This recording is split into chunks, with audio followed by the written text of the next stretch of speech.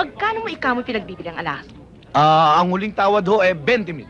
Kung sakasakali bang bilhin ko yung kwintas mo, yung hikaw mo at sinsing mo, makakasapat ba yan para tubusin mo ang nakasanla mong ari-arian?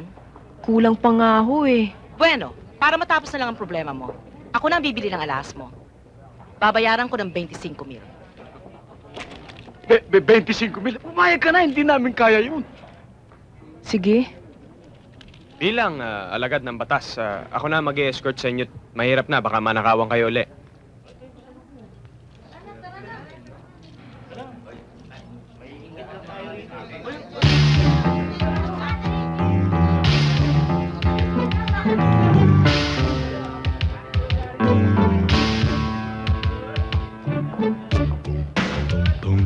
Hindi na halata ng babae na fake yung alahas.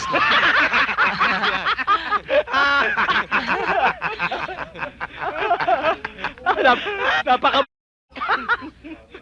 So anong gagawin natin ngayon? Yan ang pinakamagandang parte. Ano ba? Partiyan na! Party, ha? Partiyan. Magkano? 25,000. Oo. Divided by 5. Bale, tigpo 4,000. Opo. Ano nangyari sa 1,000? Hindi tama yan. Edi tama natin. Tama. Tigli 5,000. Talaga, magulang.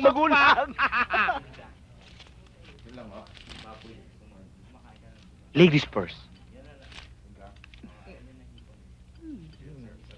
For you? For me, pakiabot. Hop. Oho. For you. For you? Hop. Sa akin sa ilalim.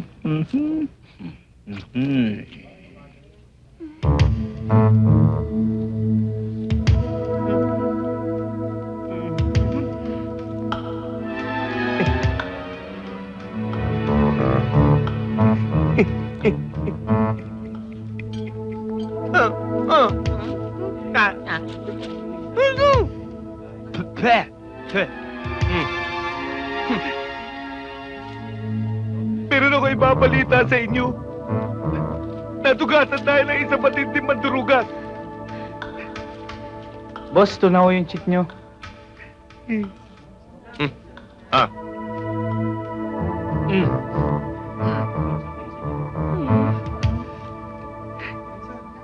Sino ba naman ang magdadamayan kundi tayo rin?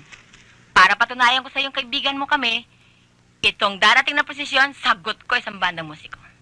Ako naman, nakakaya pang magmulay sa pa ako sa inyo. Saka, ano? Banda? Banda ng musiko. Baka nangyayamin lang kayo, ha? Baka hindi totoo yan, ha? Ay, basta sinabi ng ate ko, sigurado yon ha? Pero may kondisyon yan.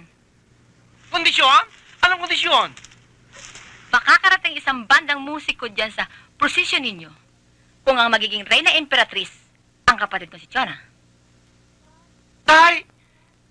Ay, pangako, kulaya kay Salve. Hindi ata pwede. Problema mo yan! Hindi ko yung problema. At saka, lusutan mo ngayon yan. At saka, ang banda ng musiko? Ang gusto kong konsorte si Carding, yung pinsan ni Ben. Ko? Ang bibigat ng mga kahilingan nyo? Anong palagay sa akin, Magic Lamp? Bahala ka.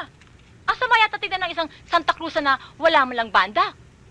Pero pag may dumating na isang banda dyan ang saya-saya, di ba? At magiging popular ka pa sa lugar nyo. At ang credit ay nasa'yo. Maganda nga. Subukan ko.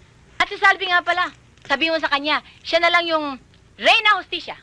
Yung bang may takip sa mata tapos may daladalang timbangan? Total, simbolo naman nila yung timbangan Tindera naman sila ng isda, bagay na bagay sa kanya yun.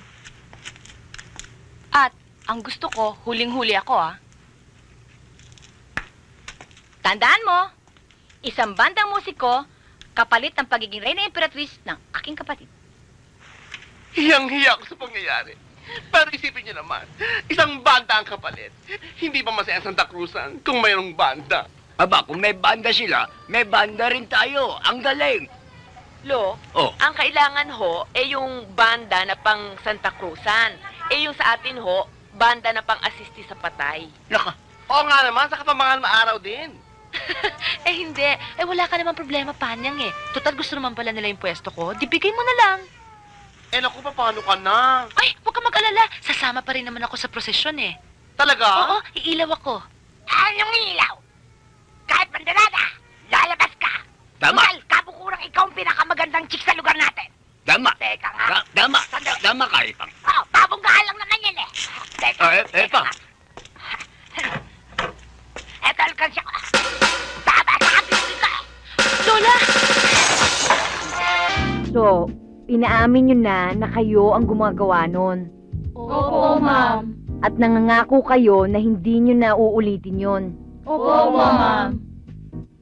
Okay. Pero gusto ko ma-realize ninyo kung anong perwisyo ang ginagawa nyo sa kapwa nyo. Akin na yung lipstick na ginagamit nyo. Pakikita ko sa inyo, ah.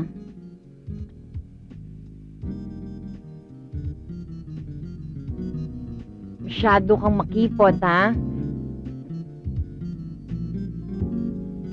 Ayan, medyo malaki, ang muka.